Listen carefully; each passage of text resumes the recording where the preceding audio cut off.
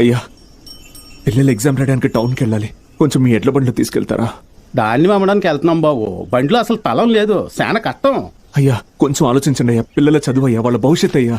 కాదయ్యా. ఓ పెద్ద ఆయన, ఏం చేస్తున్నావు? నీకేం పిచ్చి పట్టిందా? ఏయ్, నాకు పిచ్చి కాదయ్యా, తెలిసే చేస్తున్నా. ధాన్యం ఈ రోజు కాకపోతే రేపు అమ్ముకోవచ్చు, కానీ పిల్లల భవిష్యత్తు అంటున్నారు కదా.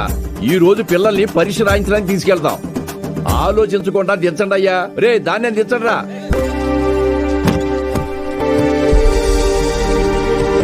పర్లేదు, ఎక్కండి అయ్యా, ఎక్కండి.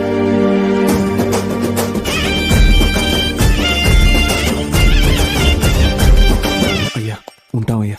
మంచిది.